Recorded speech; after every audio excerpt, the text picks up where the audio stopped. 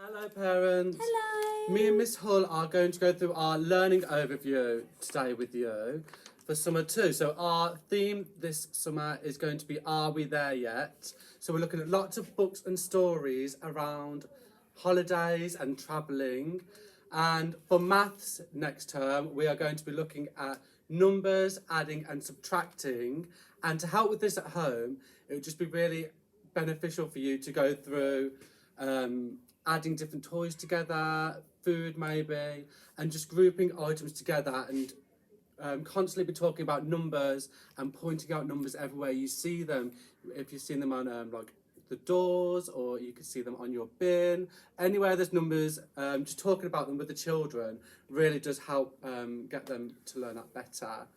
And we also are looking at money each month. We have a money lesson. So by being able to show your children money, and they can go shopping with you maybe and help you count out your coins and your pennies, we'll just get them used to money and different amounts and how different coins mean different things. But that's something we'll be going through in school with them again. As always, we're always looking at different sizes and weights, capacities, position, time, distance, and money. So this is just something we're always going through in reception. We're always seeing how fast we can do something, or how big or small something is, or how heavy. So again, going through this at home, maybe if you're baking a cake or something, you can weigh out the ingredients and see how many eggs you need. And anything like this is just really good ways to get their math knowledge in with them. And food shopping as well. If you went food shopping, you can see like the weight of the fruits and melon and things like that. Yeah, any way you do it, it's absolutely amazing. And then also one of the sections we'll be looking at is the understanding of the world. So we've done a lot this year. We've done a lot about Christmas and different festivals and special times. So for summer 2, we're looking more at technology and how to use different applications and how we do different things with different pieces of technology. So we've got a TV in school, we've got iPads in school, we've got laptops, we've got lots of different things. At home to help, it might be useful to show them your phones and different things you can do on phones. Let them make phone calls with them, or maybe let them text if they can. And we're looking at different iPad games. So we've got lots in school where you can make music on the iPad. We can take pictures of each other and draw on them. So maybe if you look through the App Store and see if there's any apps that might be nice for the kids, just to have a go on, just to get them to do different things on it. It all really does matter, and with how much we use technology now, it's very important for them to have. And also with understanding the world, we're looking at recording something that they've done, something exciting. So a perfect time to do this will be over this week off we've got. If you do something together, if you can have the children to record it somehow, however they want, it's a really good way of getting them recalling things and talking about different details. And this could be like a poster or a card, or it could be a drawing. Any way they want to do it would be absolutely amazing. It could even be pictures or a video on Seesaw that you want to share with us. But any way for them to record something they've done would be amazing for them. Next, we're going to be looking at expressive arts and design. So we've got lots of arts coming up in summer 2. We've got our Griffin Arts Festival, and we're going to be looking at a very special, famous woman for our arts festival, which is Princess Diana. We were going through this in school, but if you wanted to talk about Princess Diana and some of the nice things she did with your children at home, that'd be a great start with us. And in school, we're going to be looking at working with different media, so paint and pebbles, and using different things like potatoes to make prints, and making sculptures, lots of different ways of creating art. And tying into that dancing and singing and all those things, different art forms. We'll be doing lots and lots of that in school and really celebrating our arts and what we know about it. So if you ever make anything at home, whether it's a picture or a painting, if you share that on Seesaw, we love seeing all the children share that artwork. And to go with this, we've got our voices songs. So we do lots and lots of songs in reception, and the children absolutely love them. I know that some of the children share on Seesaw that they do the songs at home, and I've had some of the parents ask me about the different songs we do and the dances, because the children love doing them at home. So if you want to practice those at home with your kids, that'd be amazing, because they just love doing them in school. And the last section I've got is communication and language. That's all about how your child speaks to you and what they understand. One of these is being able to vocalise their ideas and their needs and their wants. A lot of our children are amazing at this now, and they can always ask for help, or they can always say what they think about something, but some of our children do still struggle with basic needs, just telling you I'm thirsty or I need the toilet. So definitely working on that at home would be beneficial to all of our children.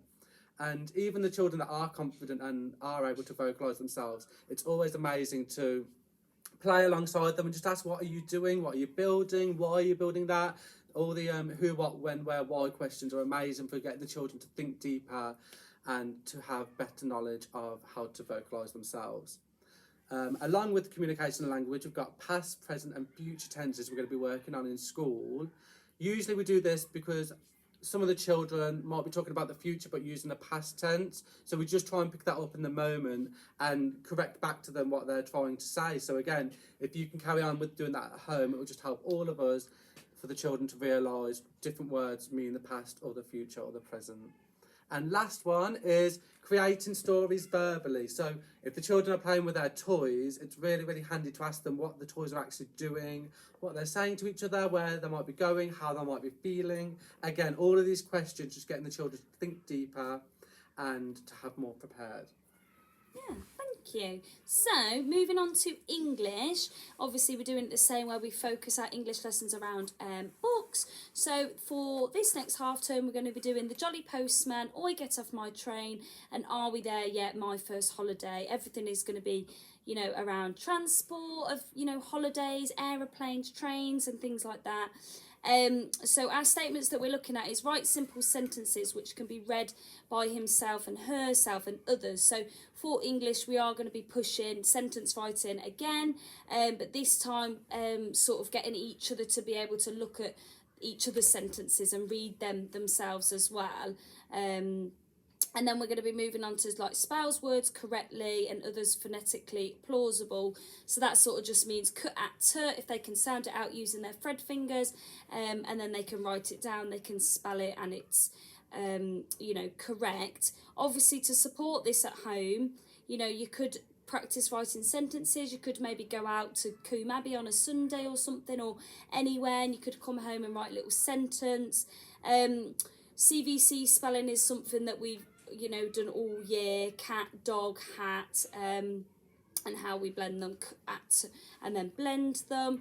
And then hopefully when we in school we do use our thread fingers and we'll say, can you spell cat? Use your thread fingers, and they will pinch their fingers and say cat, and then we say write it down, and then that gives them a better chance of being able to spell the word correct, really, and if not correct, then phonetically correct.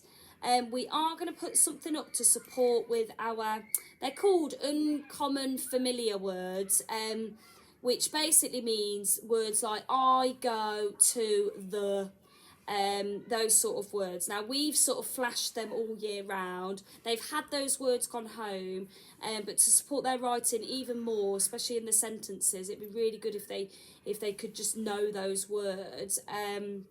So we're going to put something up for you to maybe, you know, practice when you're doing a bedtime story or something like that. And just if you flash them and then if we flash them here, hopefully they will learn them and be able to just connect their sentences with those words. Another part of English is going to be describing main events in simple stories. Our children are really, really good at this. We practice this a lot. Something that you can do at home would be maybe to do a bedtime story and then ask them questions about the story. You know, describe what's happened. You know, who are the characters and anything that they can sort of tell you. That would be really encouraging. So another big push for English, we would say, would be for name writing. You know, if they can write their first name, then maybe start practicing their second name, because it's a key skill for year one anyway. But just a really big push on name writing. If you feel that your child still struggles to write their name, you know, just as and when you can, just get them to practice their name with you. That would be really helpful. Yeah, so we'll move on to physical development. So in class, we are going to be having some story times about making healthy choices, which is linked to PE, and to understand eating healthy and exercise. You know, you could just have a little discussion when you're making the dinner. You know, we do have lots of discussions about fruits. Obviously, they have snack every day, so we do go over fruit being healthy and what else do we know that's healthy. So it's just creating those discussions really as and when you're cooking, or you know, you could pick out some vegetables and say, oh, this is healthy. Why do we exercise? Why do we need need to eat healthy? You know, really go into depth about why that's important, and you know, it's good to look after our bodies, and that's the sort of thing that we'll be covering as well. Another part is going to be looking at what's it say? So successfully managing to fasten buttons and laces. It's to dress and undress independently. Something that has changed this year is obviously they had to come in their PE kits, didn't they? Which, you know, did make it a lot easier. Therefore, we don't know who really can, you know, fasten buttons as such and things like that. So if you could practice that at home, and just encourage it, and we'd really like to see it on Seesaw. You know, we do every time we go out, we say who can do their own zip up, get them to do their own zips up, and they'll come and tell us, and they'll get rewards and things. So maybe at home, if they've done their own trousers up or they've done their own shirt up, you could say, oh, we're going to share it with Miss Hull and Mr Eccles on Seesaw. We'd really like to see that.